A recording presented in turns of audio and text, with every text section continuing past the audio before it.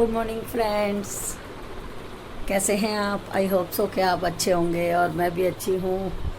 और फ्रेंड्स, अब मॉर्निंग हो गई है, मैं अब सोकर उठ चुकी हूँ। तो पहले सबसे पहले बिस्तर वगैरह सेट कर लेती हूँ और उसके बाद चलती हूँ बाहर के हिस्से में।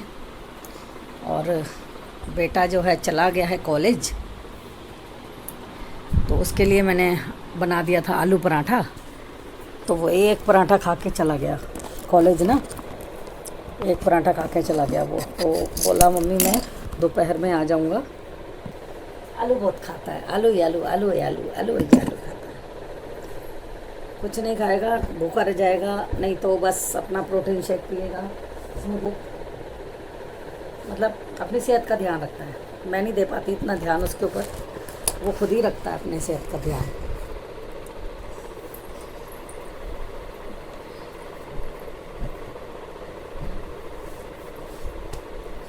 और फ्रेंड्स, आपको मेरा मुंह सूजा हुआ लग रहा होगा, देखो, है ना, क्योंकि मुझे ना रोज़ शर्मा जी की याद बहुत ज़्यादा आती है। मैं बहुत मिस कर रही हूँ उनको। मतलब जीने का मकसद ख़त्म हो गया फ्रेंड्स। बहुत कोशिश करती हूँ बच्चों के साथ सब कुछ भूल जाऊँ, पर बच्चे भी बड़े हो गए हैं और बच्चे भी अपनी लाइफ के बारे में भी सोचते हैं, अपना टाइम भी अपने हिसाब से सेट करके रखते हैं। बट रियल में बिना सब एक हस्बैंड की सपोर्ट के लाइफ बेकार होती है। या तो आप इतना एजुकेटेड हो कि आप अकेले सब कुछ कर सकते हो, और एक नॉर्मल लेडी ना बहुत मुश्किल होता है उसको जीना, बहुत ही ज़्यादा। मैं एक्सप्लेन नहीं कर सकती फ्रेंड्स आपको कि मतलब मुझे कितना ज़्यादा महसूस होता है उनकी कमी। मैं रात को 2-2 बजे, 4-4 बजे, 5-5 बजे सुबह तक रोती रहती हूँ कि कहीं से मुझे आ जाएं वो, मुझे दिख जाएं वो, शायद मेरी प्रॉब्लम सुन लें वो। बट रियल में ऐसा तो नहीं होता। मैं क्या बताऊँ, कुछ करने को मन नहीं करता। ब्लॉग में कुछ बताने का ऐसा लगता है ब्लॉग में बताने के लिए क्या है। अगर मैंने कुछ बताया, कुछ बोला, तो लोग कहेंगे हमदर्दी बटोर रही है। तो मैं कैसे, मेरी समझ में ही नहीं आता कि मैं अपने दुख को, अपनी चिंता को कैसे बताऊं अपने ऑडियंस को कि मुझे क्या प्रॉब्लम हो रही है। तो बस सबसे बड़ी प्रॉब्लम यह है कि मैं रोती बहुत हूँ, मेरे आंसू नहीं सूख रहे हैं। बहुत ज़्यादा रोती हूँ और उसकी वजह से मेरा पूरा घर डिस्टर्ब है। सब लोग ये परेशान हो गए हैं मुझसे कि इतना ज़्यादा रोती हैं। कोई कहता है ड्रामा करती हैं, कोई कहता है कि हम परेशान हो गए हैं।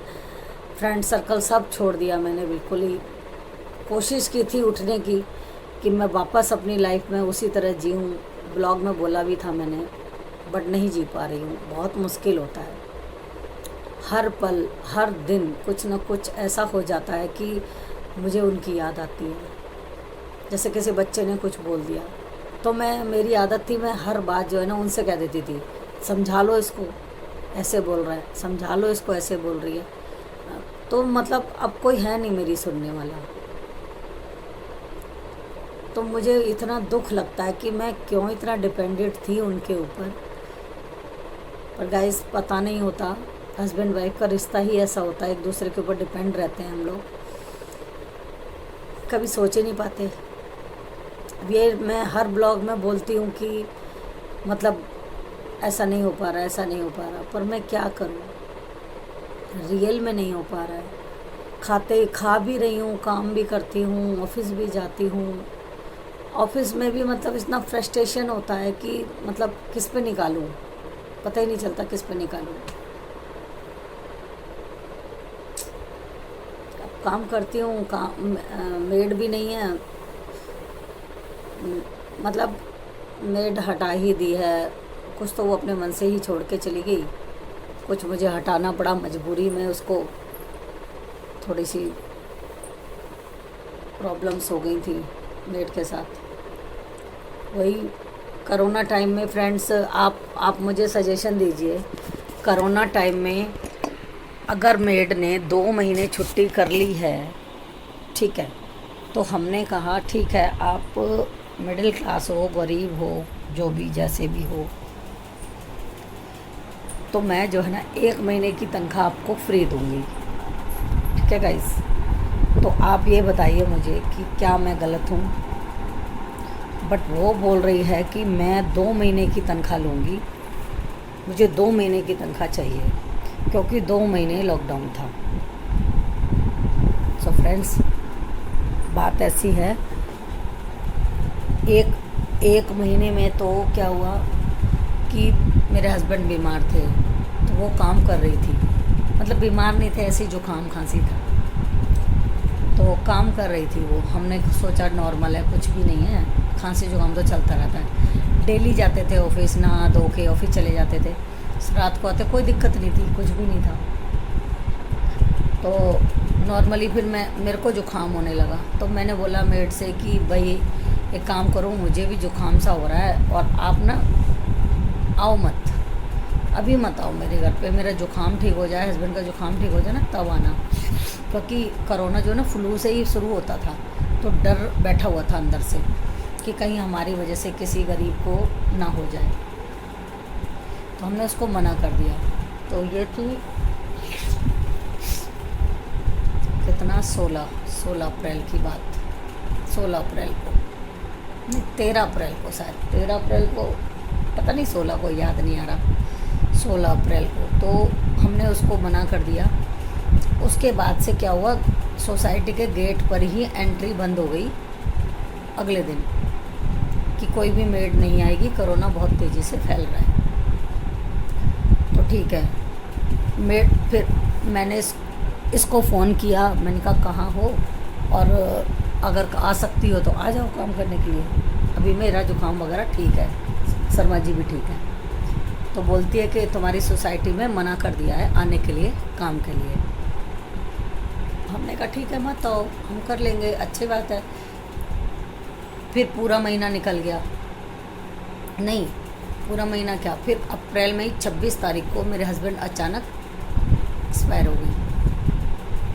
उसके बाद में 26 अप्रैल को ख़त्म हुए, तो मैंने 13वीं के बाद, हाँ 13वीं होने के बाद उसको मैंने फ़ोन किया मेड को कि भाई आ जाओ काम कर लो, अब तो सब कुछ नॉर्मल है, आ जाओ।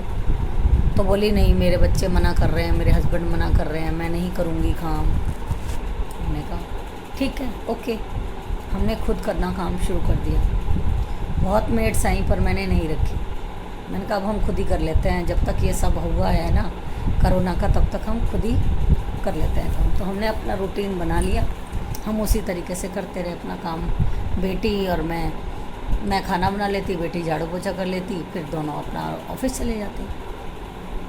ऐसे हमने काम एडजस्ट कर लिया था। आदत भी हो गई थी, थोड़ा सा एक्टिव होने लगे थे, नहीं तो शरीर बंधा बंधा रहता है, कुछ नहीं करते हैं तो उसके बाद में फिर एक मेड आई, बोलने लगी कि मुझे काम पे रख लो, और गार्ड ने बोला है। मैंने कहा चल यार बहुत हो गया, ढंग से क्लीनिंग नहीं हो पाती, अगर मेड रहेगी तो हम क्लीनिंग पे ध्यान दे लेंगे, मेड वैसे काम कर लेगी। तो हमने रख ली, और ये जो है 1 महीने बाद, हमने 2-4 दिन ही रखा था नई मेड को, तो 1 महीने बाद ये वापस आई, कहती मेरे को काम करना है। मैंने कहा क्यों, तुम तो मना कर रही थी। कहती 1.5 महीना घर में रह के अब देख लिया, काम तो करना ही पड़ेगा। मैंने कहा एज यू विश करो, कि इसे हटा दो। मैंने फिर उससे बेचारी को, पहली वाली को हटाया, वापस पुरानी को रख लिया।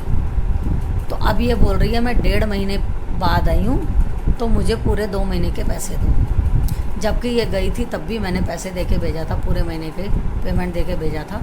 10 को पेमेंट दे देती हूँ तो 16 को ये चली गई थी। तो फिर भी मैंने उसको जो 16 को 6 दिन जो करके गई थी, मैंने उस महीने के पूरे पैसे इसको दिए आने के बाद। उसके बाद इसने दोबारा भी पैसे ले लिए, फिर मेरे से अगले महीने भी पैसे ले लिए।